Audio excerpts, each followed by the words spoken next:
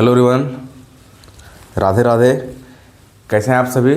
मैं राकेश स्वागत करता हूं आपके अपने यूट्यूब चैनल पर। बच्चों, प्रीवियस क्लास में आपने देखा था कि प्रेजेंट इंडेफिनिट के एफर्मेटिव की यदि बात की जाए और यदि आपको उसके सेंटेंस मिलते हैं तो उसे आप कैसे ट्रांसलेट करते हैं। आज की क्लास में हम देखने वाले हैं कि यदि प्रेजेंट इंडेफिनिट में आपको निगेटिव सेंटेंस मिले तो उसे आप ट्रांसलेट कैसे करेंगे, समझेंगे गौरव से।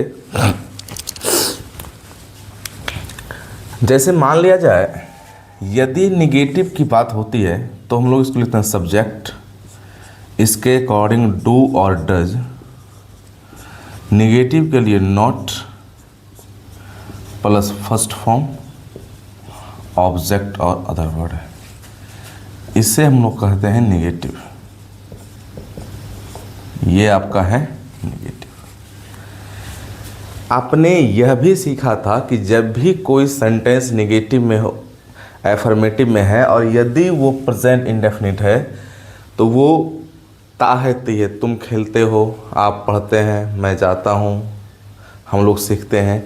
ऐसे जो सेंटेंसेस होते हैं माय डियर, वो आपके दिखते हैं प्रेजेंट इंडेफिनिट में। लेकिन ये जो है निगेटिव है तो निगेटिव में नेगेशन लगेगा, निगेटिव वर्ड लगेगा, लेकिन उसकी एंडिंग भी किससे होगी? नॉट से ही होगी, ताहे तीहे से ही होगी। जैसे तुम पढ़ते हो, मैं जाता हूँ, हम लोग खेलते हैं। एग्जाम्पल देखिए, यदि हमने लिखा वह घर जाता है,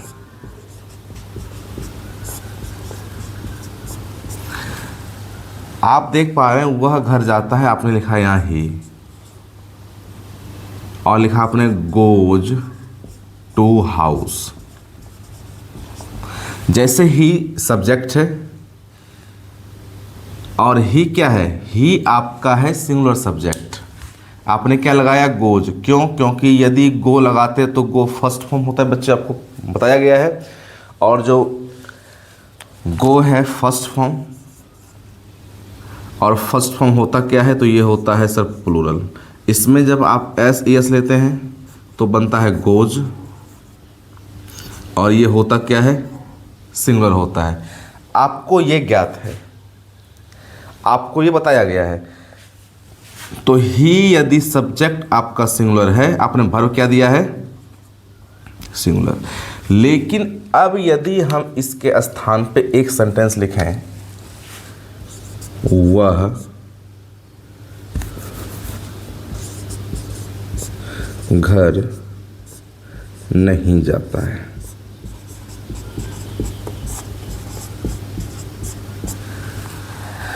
वह घर नहीं जाता है, आपने लिया ही। अब ही के अनुसार आप डज लें या डू लें? डज डू, फिर नॉट गो टू हाउस।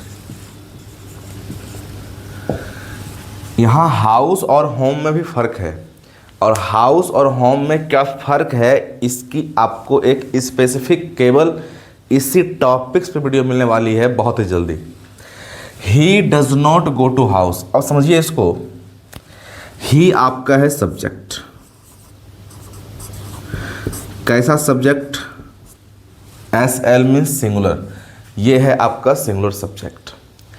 इसके बाद जो आप डालेंगे वर्ब, ये डू या डज। यदि इस डू की बात करें तो ये फर्स्ट फॉर्म है, और ये क्या दिखाएगा आपको? आपको ज्ञात है कि सर फर्स्ट फॉर्म जो है वो दिखाता है प्लूरल। और डज की बात करें, डू में एस और एस लगा हुआ है, तो डी और डू लास्टिंग इसका जो है ओ से है, वॉवल से है, वॉवल लेटर से आपने क्या दिया है? E S, does. तो ये हुआ है फिफ्थ फॉर्म, तो ये क्या हो गया? सिंगुलर। तो ये सब्जेक्ट सिंगुलर है तो आने वाला वर्ब क्या होना चाहिए? सिंगुलर। तो ये डू यहाँ से कट जाएगा, ये होगा क्या? डज होगा। ये निगेटिव वर्ड है आपका, ये फर्स्ट फॉर्म है जिसे आप कहते हैं बेस फॉर्म भी। हमने इसको क्यों नहीं चेंज किया माय डियर? हमने इसको चेंज इसलिए नहीं किया क्योंकि ये क्या है, ये हमने सब्जेक्ट के अकॉर्डिंगली पहले ही चेंज कर दिया है यहाँ डू और डज, इसलिए यहाँ क्या होना है, यहाँ इसका बेस फॉर्म और फर्स्ट फॉर्म होना है। टू की बात करें, प्रीपोजिशन है। अब प्रीपोजिशन क्या बताएंगे कहानी, और ये क्या है, नाउन है। और ये नाउन क्या है, ये प्रीपोजिशन का अपना ऑब्जेक्ट होता है। ये सारी कहानी बताऊंगा आपको कि प्रीपोजिशन क्या होता है, ऑब्जेक्ट क्या होता है। अभी केवल यही जानने की ज़रूरत है आपको कि सेंटेंस को आप रिलेट कैसे करें, यदि सेंटेंस वो हिंदी में है तो उसे आप इंग्लिश में करें कैसे।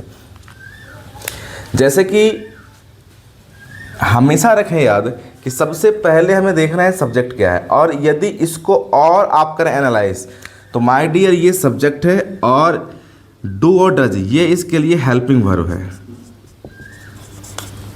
Helping verb. और ये नॉट नेगेशन है ही, और ये जो गो है यहाँ गो इसके लिए मेन वर्ब है। अब ये हेल्पिंग वर्ब मेन वर्ब क्या है, ये हेल्पिंग वर्ब सब्जेक्ट के अनुसार आया है, और मेन वर्ब क्या है, मेन फोकस है। मैं बताऊंगा आपको कि हेल्पिंग वर्ब और मेन वर्ब भी क्या होता है। एक दूसरे सेंटेंस की हम बात करते हैं, जैसे हमने यहां लिखा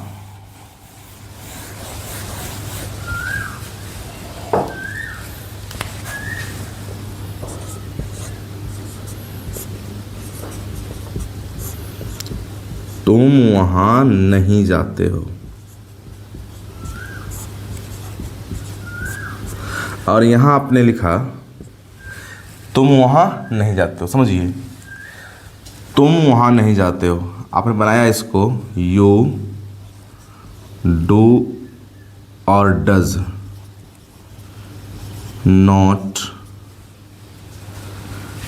गो देयर।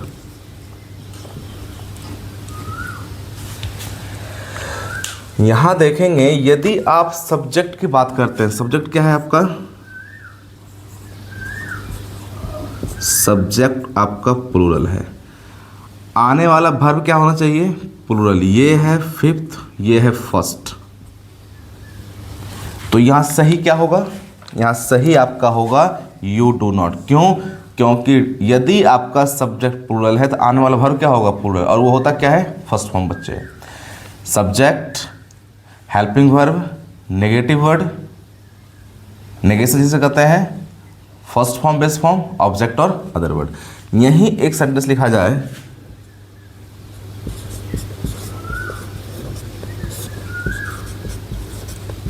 रोहन चाय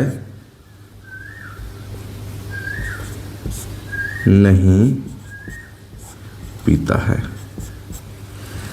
बहुत प्यारा सेंटेंस है, रोहन चाय नहीं पीता है। आप समझिएगा, आपने लिखा पहले क्या, सब्जेक्ट रोहन। अब बच्चे आप यहां क्या डालेंगे, डू और does. According to your structure, you have to fill in the sentence. First of all, you have to use subject. After subject, you have to use do or does according to subject. आपको क्या करना पड़ेगा, subject के according यहाँ do और does को डालना पड़ेगा। तो आप जब देख रहे हैं रोहन, तो यहाँ क्या डालिएगा, डू और डज। आपने कहा सर रोहन तो सिंगुलर सब्जेक्ट है, तो होना क्या चाहिए, यहाँ होना चाहिए डज, क्योंकि डू क्या हो जाएगा, फर्स्ट फॉर्म हो जाएगा। डालना क्या है हमें, फिफ्थ फॉर्म। अब क्या लेंगे हम, नॉट। चाय पीना, इससे हम लोग ड्रिंक नहीं कहते हैं, टेक कहते हैं। क्यों कहते हैं, क्योंकि चाय हम लोग पीते नहीं, उसका सिप लेते हैं। तो रोहन डज नॉट टेक, और आपने लिया tea, Rohan does not take tea. दूसरी कहानी, एक सेंटेंस और लेते हैं,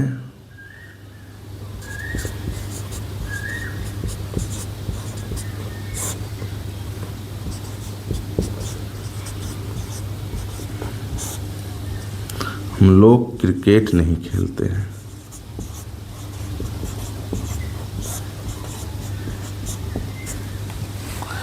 वी डू और डज नॉट प्ले क्रिकेट। अब देखिए वी क्या है आपका, प्लूरल। अब सर यदि आपका सब्जेक्ट प्लूरल है, आने वाला वर्ब क्या होना चाहिए, प्लूरल। तो फिफ्थ फॉर्म कटेगा, सही कौन सा होगा, डू होगा। आपने नोट लिया, फर्स्ट फॉर्म प्ले और cricket, we do not play cricket. इस प्रकार आप जो है किसी भी हिंदी सेंटेंसेस जो प्रेजेंट इंडेफिनिट के नेगेटिव को हो उसे आप ट्रांसलेट कर सकते हैं, उसको हिंदी टू इंग्लिश बना सकते हैं। जैसे बच्चे यहाँ बहुत प्यारा सा एक क्वेश्चन है, जैसे यहाँ लिखा हुआ है कि सब्जेक्ट डू और does plus not first form object और अदर वर्ड नेगेटिव हुआ। जैसे सब्जेक्ट यहाँ मान लिया जाए रोहन है, डू और does not drink water.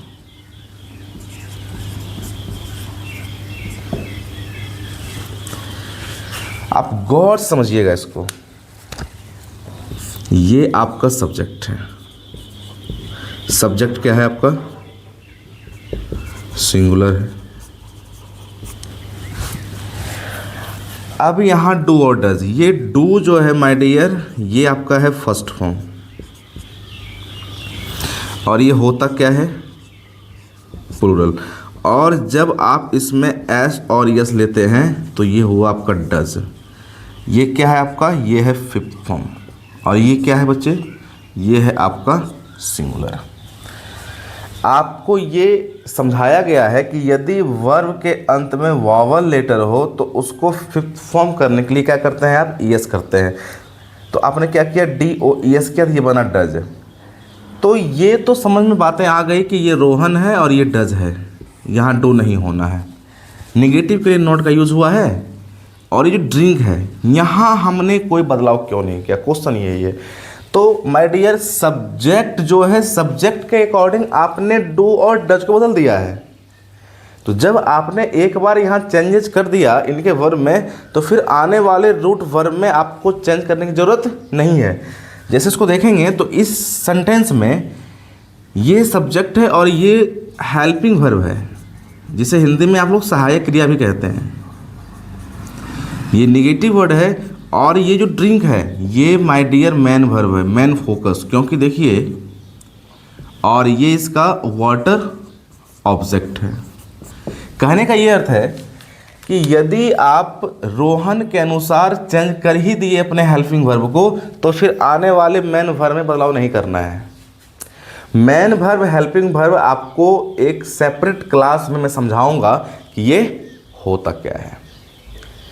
I hope आपको यहाँ तक की क्लासेस समझ आई होगी। कुछ नहीं, सेंटेंसेस कुछ भी हो आपको उसको देख लेना है कि उसका सब्जेक्ट क्या है, और सब्जेक्ट के अकॉर्डिंग ही आपको उसके वर्ब का चयन करना है नेगेटिव में, कि वहाँ हम डू का यूज करें या डज का यूज करें। इसके बाद क्या करना है, फर्स्ट फॉर्म में आपको कोई बदलाव नहीं करना है। क्यों? क्योंकि आपने इसके पहले जो सब्जेक्ट है, सब्जेक्ट के अकॉर्डिंग डू और डज को चेंजेस कर दिया है। नॉट डालिए और ये फर्स्ट फॉर्म होगा, इसके बाद ऑब्जेक्ट और अदर वर्ड होगा। तो बच्चे कोई भी सेंटेंस नेगेटिव का हो आप इसे इस प्रकार चेंज कर सकते हैं। इसके अलावे नेगेटिव के ऐसे भी सेंटेंसेस देखेंगे आपको जो प्रेजेंट इंडेफिनिट में होते हुए भी उसका इंड ताहे तीहे से नहीं होता है। मैं बताऊंगा उसको भी कि उसे आप कैसे ट्रांसलेट करेंगे और उसे आइडेंटिफाई कैसे करेंगे। इसी टॉपिक्स में आप टेंस के टॉपिक्स में ही ये समझेंगे कि हाउ टू आइडेंटिफाई टेंस, कि टेंस को हम लोग आइडेंटिफाई कैसे करें। तो बच्चे मिलते हैं अगले वीडियो में, तब तक के लिए बाय बाय।